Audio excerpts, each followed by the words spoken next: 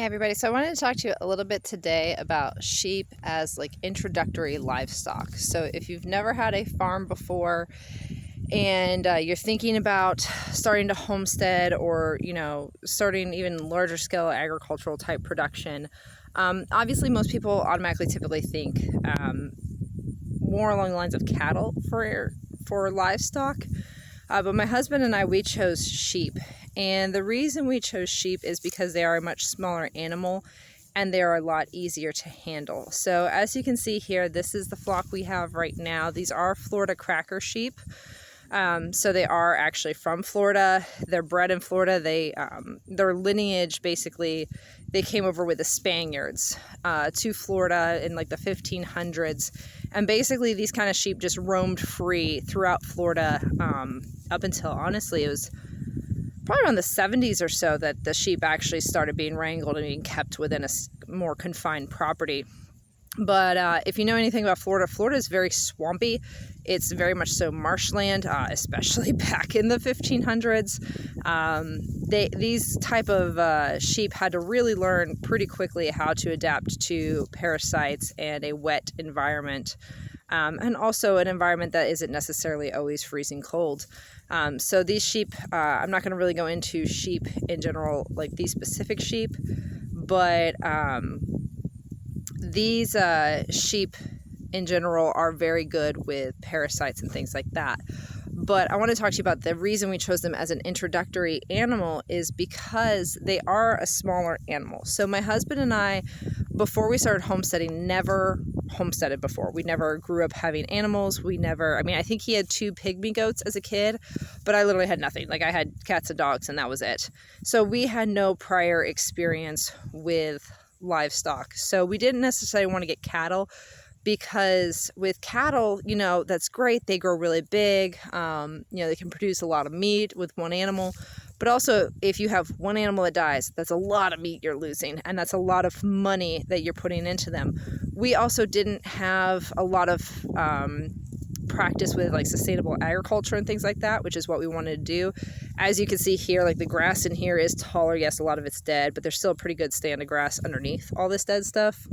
And you can see further back that it's more mowed down. So what we do is we do rotational grazing. So we've had the sheep going back and forth like this in lines across our property, and this just happens to be where they are now. And then they'll move down and go back across and then back across the property again.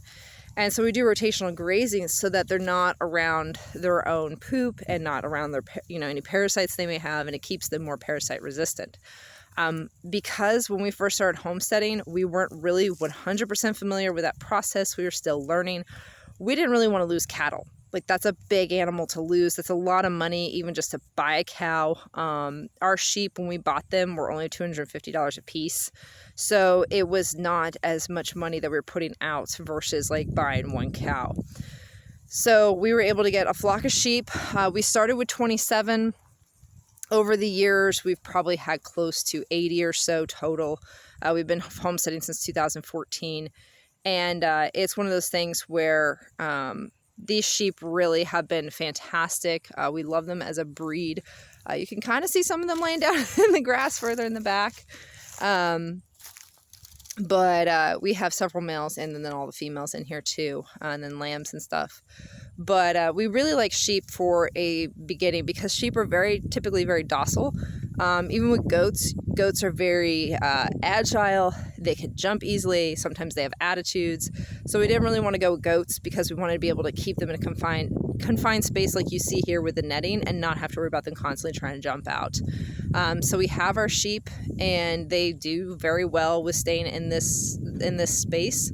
And then we move them every couple of days so that they get plenty of food. We've never fed our sheep grain or anything like that. That's another reason why we liked sheep, because they're very easy to feed off of the grass and the land. They don't need pounds upon pounds upon pounds of food like cattle necessarily would. So it just made it easier to actually feed them as well too. So we've had our sheep actually anywhere from on 7 acres to, I think it's been like 7, 10, 5, and then now we're on 40. But there's only 20 acres of pasture. So anywhere basically from 5 acres we've had sheep on to now about 20 acres of pasture land, and they've thrived in every single one of them and done well. There's definitely things we've learned over the years, and in one of my videos I mentioned some of the people we've learned from. Joel Saladin and Greg Judy are excellent people to research if you're into sustainable agriculture. That's where my husband learned a lot of what he did with our farming. Here's Penny. But sheep are really great overall for an introductory livestock animal. They do produce a good amount of meat per their body weight. So if you're looking to feed your family, it's good. Our sheep lamb typically about twice a year. So you're getting 2 lamb crops a year basically out of sheep. So, you know, while yes, it's not a giant cow, it's still, you know, a pretty good amount of meat that you can actually get out of the sheep. And then you also have like this ewe that's right here in the front. She's, I want to say about 5 or 6 years old. They typically live about 8 years, Florida cracker sheep anyways. So you think about that, if they're getting about 1.5, maybe 2 lamb cycles a year, you know, you're getting around 16 lambs from one ewe over the course of her life. You know, maybe if they don't always consistently lamb, boom, boom, boom, you know, maybe 12, let's just say 12 to 16 over the course of about 8 years. So again, as you can see, they're very docile animals. They're just laying here chewing their cud. We've never really had an issue with them jumping the fence. Now there have been times where maybe we haven't moved them as soon as we should have and they get a little antsy, but overall they're very easy to manage, very easy to take care of. And if you are doing strictly grass-fed, you don't have to worry about trimming hooves. You don't have to worry about anything about with the teeth, like doing teeth management. And our sheep are very good lambers. Now, it does change depending on what breeds you have somewhat. But I know for a fact with especially the hooves, you're not going to have trim hooves if you do strictly grass-fed.